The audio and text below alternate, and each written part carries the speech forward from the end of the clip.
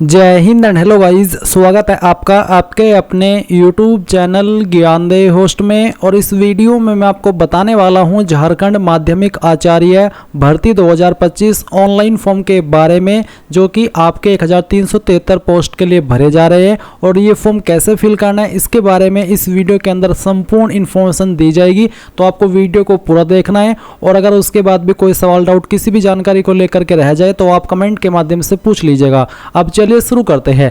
Guys, अगर आपने अभी तक वीडियो को लाइक शेयर नहीं किया तो कर दीजिएगा और चैनल को सब्सक्राइब करके बेल आइकन ऑन कर लेना। इसके बाद में जो लिंक वीडियो के डिस्क्रिप्शन में दिया है आप ओपन करिए। ओपन करने के बाद आपको जानने को मिलेगा कि माध्यमिक आचार्य के लिए आपके 1373 पोस्ट निकाले गए हैं। इसके फॉर्म आप लोग 27 जून से लेकर के 27 जुलाई 2025 तक भर पाएंगे। करेक्शन डेट फॉर्म के लिए 2 अगस्त से 4 अगस्त 2025 रखी है, यानी कि अगर कोई गलती हो जाती है इस टाइम के बीच में तो आप 2 अगस्त से 4 अगस्त 2025 के बीच फॉर्म के अंदर करेक्शन कर सकते हैं। अब आप यहां पर आपकी एज लिमिट चेक कर सकते हैं। फिर आप यहां पर देखेंगे कि कौन से सब्जेक्ट के लिए कितनी वैकेंसी निकाली गई है, इसकी पूरी जानकारी आपको दी गई है। पोस्ट का नाम आपका माध्यमिक आचार्य है और वो अलग अलग सब्जेक्ट के लिए वैकेंसी है, किस सब्जेक्ट के लिए कितनी है उसकी जानकारी आप इस टेबल में देख सकते हैं। फिर कौन से सब्जेक्ट पर अप्लाई करने के लिए क्या क्वालिफिकेशन चाहिए उसकी इन्फॉर्मेशन भी आपको यहाँ पर दी गई है। जो इन्फॉर्मेशन यहाँ पर आपको सेक्शन में दी गई है, ये इन्फॉर्मेशन के बिना आप अप्लाई करने के लिए एलिजिबल नहीं हो पाएंगे। अब ये सभी जानकारी चेक करने के बाद जब आपको लगे कि आप इसमें अप्लाई करने के लिए एलिजिबल है और आपका इंटरेस्ट है, तो आप इंपॉर्टेंट लिंक के सेक्शन से अप्लाइंग ऑनलाइन लिंक ओपन करेंगे। अब आपके सामने यहाँ पर अप्लाई की ऑफिशियल वेबसाइट आ जाएगी और यहाँ पर आ जाने के बाद में आपको इसमें रजिस्ट्रेशन करना है। तो सबसे पहले आप न्यू रजिस्ट्रेशन इसके ऊपर क्लिक करेंगे। फिर आपके सामने कुछ ऐसा इंटरफेस आ जाएगा। अब आप यहाँ पर आपका जो फर्स्ट नेम है वो 10th के सर्टिफिकेट के अकॉर्डिंग फिल करिएगा। उसके बाद में मिडिल नेम अगर नया हो तो खाली छोड़ देना और फिर जो आपका लास्ट नेम है वो भी आपको यहाँ पर एंटर कर देना है। अब आप यहाँ पर आपका मोबाइल नंबर डालेंगे 10 डिजिट का और फिर अपनी ईमेल आईडी आप यहाँ पर एंटर करेंगे। फिर इंडियन सिटीजन में आपको यहाँ पर यस कर देना है और उसके बाद में जो आपकी डेट ऑफ बर्थ है वो आपको भरनी है। पहले आपको डेट नहीं बल्कि आपका जो बर्थ का मंथ है वो भरना होगा। तो आप यहाँ पर कैलेंडर के ऊपर क्लिक करके जो भी आपका डेट ऑफ बर्थ है वो इस तरह से सिलेक्ट कर लीजिएगा, ईयर, मंथ और फिर डे, तो आपका डेट ऑफ बर्थ आ जाएगा। देन आप ये कैप्चा कोड डालेंगे, इन जानकारी को चेक करेंगे और रजिस्टर नाउ इसके ऊपर क्लिक करेंगे। अब गाइज, आपके नंबर के ऊपर एक ओटीपी आया होगा, वो ओटीपी आप यहां पर डाल दीजिए और सबमिट के ऊपर क्लिक कर दीजिए। सबमिट पर क्लिक करने के बाद आप देखेंगे कि जो आपका रजिस्ट्रेशन है वो हो चुका है। अब आपको एक और मैसेज आया होगा और आप उसमें आपका रजिस्ट्रेशन नंबर देख सकते हैं और पासवर्ड भी देख सकते हैं। सेम इन्फॉर्मेशन आपको यहाँ पर आपकी डिस्प्ले के ऊपर भी दिखाई दे रही है कि डियर कैंडिडेट, डियर जो भी आपका नाम है वो, और उसके बाद में you have been successfully registered, your registration number and password आपको डिस्प्ले के ऊपर देखने को मिल रहा है। आप यहाँ से इसका स्क्रीनशॉट ले लीजिएगा क्योंकि ये बहुत ही महत्वपूर्ण जानकारी है। अब आप यहाँ पर जो रजिस्ट्रेशन नंबर आपको मिला है वो यहाँ पर डाल दीजिए और फिर जो पासवर्ड आपको मिला है वो पासवर्ड यहाँ पर फिल कीजिए और उसके बाद में ये कैप्चा कोड डाल करके लॉगिन के ऊपर क्लिक कीजिए। अब आपके सामने यहाँ पर कुछ ऐसा इंटरफेस आएगा जैसे कि आप वीडियो में देख सकते हैं। तो सबसे पहले यहाँ पर पूछे आपसे रेसिडेंट ऑफ झारखंड, क्या आप राजस्थान के निवासी है? अगर है तो यस और अगर नहीं है तो नो करेंगे। अगर आप नो करते तो आपको बोला कि if no then you will be eligible for your category only, यानी कि अदर स्टेट के कैंडिडेट यहाँ पर सिर्फ जनरल के अंदर कंसिडर किए जाएंगे, चाहे आपकी उस स्टेट के अंदर जो भी कैटेगरी क्यों ना हो। अब आप यहाँ पर अगर झारखंड से तो इसमें यस कर दीजिएगा और यस करने के बाद में आपको आपकी डिस्ट्रिक्ट सिलेक्ट कर लेनी है। मैं आपको डेमो के लिए सभी डिटेल्स फिल करके दिखा रहा हूँ। ये सिलेक्ट कर लिया। फिर उसके बाद में जो भी आपका फादर नेम है वो भी आपको यहाँ पर 10th के सर्टिफिकेट के अकॉर्डिंग भरना है और उसके बाद में आपको आपकी माता जी का नाम यहाँ पर डाल देना है। फिर आपको आपका जेंडर सिलेक्ट कर लेना है, मैरिटल स्टेटस क्या है, अनमैरिड, मैरिड या अदर जो भी है वो आप यहाँ पर सिलेक्ट कर लीजिएगा। फिर आधार कार्ड का नंबर यहाँ पर डालना है 12 डिजिट का। फिर इसके बाद है आइडेंटिफिकेशन मार्क फर्स्ट और आइडेंटिफिकेशन मार्क 2, यानी कि आपकी बॉडी के ऊपर वो निशान जिससे आपकी बॉडी की पहचान होती है। ये निशान आपका जलने का हो सकता है, कटने का हो सकता है या फिर कोई बर्थ मार्क भी हो सकता है। तो जो भी आपकी बॉडी के ऊपर निशान है ऐसा, उस निशान के बारे में आप यहाँ पर लिख दीजिएगा। और अगर आपकी बॉडी के ऊपर एक से ज़्यादा मार्क है तो दोनों मार्क के बारे में लिख दीजिए, नहीं तो आप सेकंड मार्क में चाहे तो खाली छोड़ सकते हैं। अगर खाली छोड़ करके आप आगे बढ़ पा रहे हैं और चाहे तो आप यहाँ पर इसमें नो मार्क भी लिख सकते हैं। अब आप यहाँ पर देखेंगे एड्रेस, तो आपको आपका एड्रेस फिल करना है। तो जो आपका परमानेंट एड्रेस है पहले आप वो फिल करेंगे, तो इस बॉक्स के अंदर आप अपना कंप्लीट परमानेंट एड्रेस भर देना और उसके बाद में जो आपकी स्टेट है वो यहाँ पर सिलेक्ट कर लीजिएगा, जो आपकी डिस्ट्रिक्ट है वो आप सिलेक्ट कर लेंगे और फिर अपना पिन कोड भी डाल देंगे। अब इस तरफ आप देखेंगे कोरोस्पोंडेंस एड्रेस, जिसका मतलब होता है प्रेजेंट एड्रेस। तो अगर आपका परमानेंट एड्रेस और कोरोस्पोंडेंस एड्रेस सेम है तो आप यहाँ पर if same as permanent address इसके ऊपर टिक कर देना, और अगर अलग है तो अनटिक करके अलग से अपना प्रेजेंट एड्रेस भर दीजिएगा। अब आप यहाँ पर टिक करेंगे और उसके बाद में अपडेट के ऊपर क्लिक करके इस जानकारी को अपडेट कर देंगे। अब इसके बाद आप देख सकते हैं आपकी डिटेल्स अपडेट हो चुकी है और आप सेकंड ऑप्शन पर्सनल इन्फॉर्मेशन पर आ चुके हैं। अभी आपको यहाँ पर जो आपकी कास्ट कैटेगरी है वो सिलेक्ट करनी है। आपको पूछा है category to which the candidate belong, कौन सी कैटेगरी से बिलोंग करता है, general, EBC first, BC second, SC, ST, EWS, जिससे भी करता है वही आप यहाँ पर इस तरह से सिलेक्ट कर लीजिएगा। मान लीजिए मैं यहाँ पर डेमो के लिए फॉर्म को भरा हूँ तो मैंने एसटी सिलेक्ट किया। उसके बाद आप यहाँ पर नीचे देखेंगे कि क्या आप एक्स सर्विसमैन है, अगर है तो यस, नहीं तो आप नो करेंगे। फिर क्या आप विकलांग और आपकी विकलांगता 40% या उससे ज़्यादा है, अगर है तो यस, नहीं तो आपको नो करना है। फिर do you claim reservation under sports quota, sports quota के तहत जो रिजर्वेशन मिलता है क्या आप उसके लिए क्लेम करते हैं, आप एक स्पोर्ट्स पर्सन है, अगर हाँ तो यस, नहीं तो आपको नो करना है। Are you from primitive tribal group, अगर आप प्रिमिटिव ट्राइबल ग्रुप से है तो आप यस करेंगे और फिर बताएंगे कि आपका इनमें से ट्राइबल ग्रुप कौन सा है, जैसे कि यहाँ पर आपको मेंशन किए गए हैं। अगर नहीं है आप ट्राइबल ग्रुप से तो आप नो कर दीजिएगा और उसके बाद में यहाँ पर टिक करिएगा और फिर अपडेट के ऊपर क्लिक करके इस जानकारी को अपडेट कर दीजिएगा। अब आएगी आपके सामने अदर डिटेल, जहाँ पर पूछे पोस्ट कैटेगरी, तो आपको यहाँ पर category A, category B, category C या फिर कैटेगरी डी किसके लिए अप्लाई करना है। जैसे कि यहाँ पर मैंने कैटेगरी डी सिलेक्ट किया तो नेम ऑफ पोस्ट यहाँ पर आ चुकी है। अगर मैं यहाँ पर कैटेगरी ए सिलेक्ट करता हूँ तो यहाँ पर कैटेगरी ए के अंदर इन सभी पोस्ट को रखा है, जैसे कि माध्यमिक आचार्य, पॉलिटिकल साइंस, सोशोलॉजी, फिजियोलॉजी और फिर आपका फिलोसफी, होम साइंस, जियोलॉजी और अप्लाइड इंग्लिश। और अगर आप कैटेगरी बी सिलेक्ट करते हैं तो इसके अंदर आपकी ये सभी सब्जेक्ट जो यहाँ पर मेंशन किए गए हैं। कैटेगरी सी के अंदर आपके ये सभी एक ही है जो कि है माध्यमिक आचार्य, स्पेशल एजुकेशन।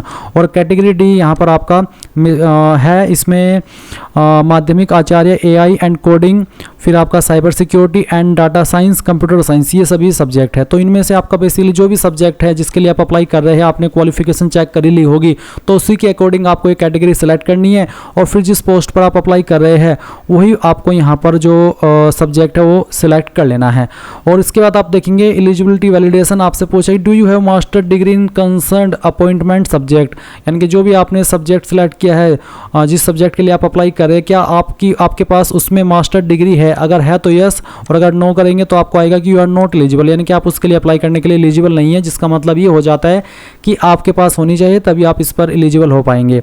फिर do you have B Ed, B Ed, BSc Ed, integrated B Ed, M Ed या फिर एम एड, तो जो भी है अगर है इनमें से आपके पास कोई भी क्वालिफिकेशन जो यहाँ पर मेंशन की गई है तो आप यहाँ पर यस करिएगा, नो करेंगे तो आप एलिजिबल नहीं हो पाएंगे। इसका मतलब है कि ये वाली क्वालिफिकेशन भी आपके पास होनी अनिवार्य है, तभी आप फुल्ली एलिजिबल हो पाएंगे अप्लाई करने के लिए। अब आप यहाँ पर आपकी क्वालिफिकेशन की जानकारी 1 बाय 1 भरेंगे। सबसे पहले 10वीं की, तो name of school, college, institute, तो आपने कहाँ से आपकी 10वीं की है उस स्कूल कॉलेज का नाम आपको यहाँ पर एंटर कर देना है, जैसे कि मैं आपको एंटर करके दिखा रहा हूँ। फिर आते हैं बोर्ड, यूनिवर्सिटी, तो आपने कहाँ से किया उस बोर्ड या फिर यूनिवर्सिटी का नाम देंगे। तो बेसिकली 10th पर बोर्ड ही एप्लीकेबल होता है, तो आप यहाँ पर बोर्ड नेम भर दीजिएगा। फिर किस साल के अंदर आपने पास कर ली थी वो साल आप यहाँ पर एंटर कर देंगे। टोटल मार्क्स क्या थे वो यहाँ पर डाल देंगे और कितने उसमें से आपको आए थे वो आप यहाँ पर भरेंगे, परसेंटेज आपकी आ जाएगी। और फिर आपके जो सब्जेक्ट थे 10वीं के अंदर वो सब्जेक्ट भी आपको यहाँ पर एक एक करके एंटर कर देने हैं, चाहे 5 सब्जेक्ट थे चाहे 6, सभी सब्जेक्ट आपको यहाँ पर लिखने होंगे। मैंने डेमो के लिए 3 सब्जेक्ट आपको फिल करके दिखाए हैं। सेम वे में आप 12वीं की इन्फॉर्मेशन भरेंगे। आपको यहाँ पर जो आपका 12वीं का स्कूल कॉलेज है वो एंटर कर देना है। आपका 12वीं का बोर्ड, किस साल के अंदर आपने 12वीं पास कर ली थी वो साल आप यहाँ पर एंटर कर देंगे। टोटल नंबर यहाँ पर डाल देंगे, कितने नंबर आपको आए थे वो आप यहाँ पर भर देंगे। और उसके बाद में आपके जो पास सब्जेक्ट थे 12वीं के अंदर वो आप यहाँ पर भर देना। उसके बाद आती है ग्रेजुएशन की जानकारी। इसके बाद आप देखेंगे name of the school, college, institute, तो कहाँ से आपने आपकी जो क्वालिफिकेशन है वो की है उस कॉलेज इंस्टीट्यूट का नाम आपको यहाँ पर एंटर कर देना है, जैसे कि मैं आपको यहाँ पर फिल करके भी दिखा रहा हूँ। फिर आप यहाँ पर देखेंगे बोर्ड या फिर यूनिवर्सिटी नेम, तो कहाँ से आपने की है या फिर जो आपका इंस्टीट्यूट है या फिर जो आपका कॉलेज है वो कौन सी यूनिवर्सिटी से एफिलिएटेड है उस यूनिवर्सिटी का नाम आपको यहाँ पर देना होगा। किस साल के अंदर आपने पास कर ली थी वो साल डाल देंगे। टोटल नंबर आप यहाँ पर डालेंगे, मैं डेमो के लिए फिल करके दिखा रहा हूँ, और फिर कितने नंबर आपको आए थे सभी ईयर के मिला करके वो यहाँ पर भर देना, और आपके जो सब्जेक्ट थे वो कौन कौन से थे वो सब्जेक्ट भी आप यहाँ पर डाल दीजिएगा। फिर आती है आपकी पोस्ट ग्रेजुएशन की जानकारी, इसकी जानकारी भी सेम वे में भरनी है। आपको आपके कॉलेज या इंस्टीट्यूट का नाम बताना है, फिर आपकी यूनिवर्सिटी का नाम, किस साल के अंदर आपने पास कर ली थी वो साल आप यहाँ पर डाल देंगे। फिर आपको यहाँ पर आपके टोटल नंबर डाल देने हैं, उसमें से जो नंबर आपको आए थे वो आप यहाँ पर फिल करेंगे, और जो सब्जेक्ट था आपका वो भी आपको यहाँ पर एंटर कर देना है। उसके बाद आप यहाँ पर देखेंगे बीएड, इनमें से कोई एक क्वालिफिकेशन जो यहाँ पर मेंशन की गई है, तो जो भी आपके पास इनमें से क्वालिफिकेशन है आप यहाँ पर पहले तो स्कूल कॉलेज इंस्टीट्यूट का नाम सेम वे में भर दीजिएगा, फिर आपकी यूनिवर्सिटी का नाम देना, उसके बाद में जिस साल के अंदर आपने पास की थी वो साल आप यहाँ पर डाल दीजिएगा। मार्क्स आपको यहाँ पर फिल कर देने हैं। मैं फिर से कह रहा हूँ कि ये मैं डेमो के लिए आपको नंबर फिल करके दिखा रहा हूँ, आप आपके रियल नंबर यहाँ पर भरिएगा। तो इस तरह से आप यहाँ पर ये सभी जो डिटेल्स है वो फिल कर दीजिएगा। अगर कोई अन्य क्वालिफिकेशन है उसकी जानकारी भी आप यहाँ पर भर सकते हैं। अब आप यहाँ पर टिक करेंगे और सबमिट के ऊपर क्लिक करके यहाँ से ओके कर देंगे। इसके बाद आप देखेंगे कि जो आपकी क्वालिफिकेशन है वो यहाँ पर भरी जा चुकी है। अब आपको यहाँ पर आपका फीस का पेमेंट करना है। फीस पेमेंट आपकी कैटेगरी के ऊपर वेरी करेगा, जो भी आपकी कैटेगरी है। तो जैसे कि मैंने एसटी सेलेक्ट किया तो इसको 50 रुपये फीस पे करनी है।